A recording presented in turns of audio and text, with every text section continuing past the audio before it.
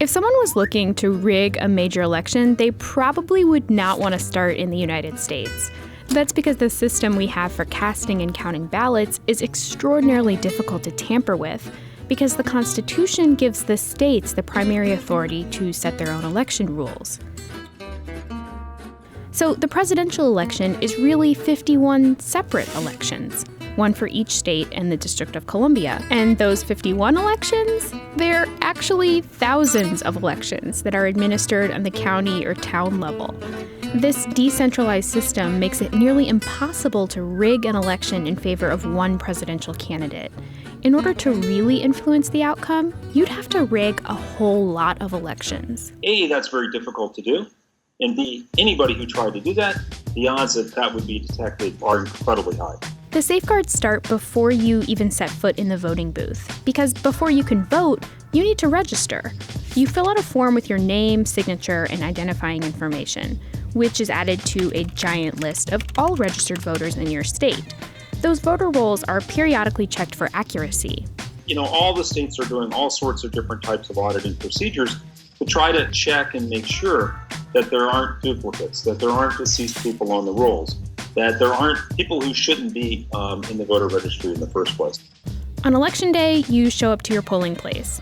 Depending on what state you live in, you might show the poll workers your ID, or sign a book, or just state your name and address. Now, if someone wanted to try to vote more than once, or pretend to be somebody else, they'd have to convince the poll workers, which is a risky strategy because if they get caught, they're looking at jail time and big fines. In this kind of voter impersonation fraud, the empirical evidence indicates that it really is very, very rare in the United States. Depending on where you live, you'll either vote using a paper ballot with an optical scanner or what's called a direct recording electronic machine, or DRE for short. DREs are more vulnerable to hacking, but each machine is tested ahead of time by local election officials, who are supervised by local representatives from both political parties. Then the machines are locked and sealed until Election Day. These machines aren't connected to the internet, so if someone wanted to hack them, they'd have to break them open in person. Think of the time required, or the coordinated effort by many, many people that would be required to tamper with enough machines to sort of have any large-scale effect. Over 70% of Americans will vote with a paper ballot and an optical scanner, which reads and adds your vote to its internal count. The scanner keeps your ballot and lets you know your vote has been counted. After the polls close on election night, both the DREs and the optical scanners print out multiple copies of their internal tallies. The poll workers, again working in pairs and overseen by poll watchers from both parties, count up the totals from each machine.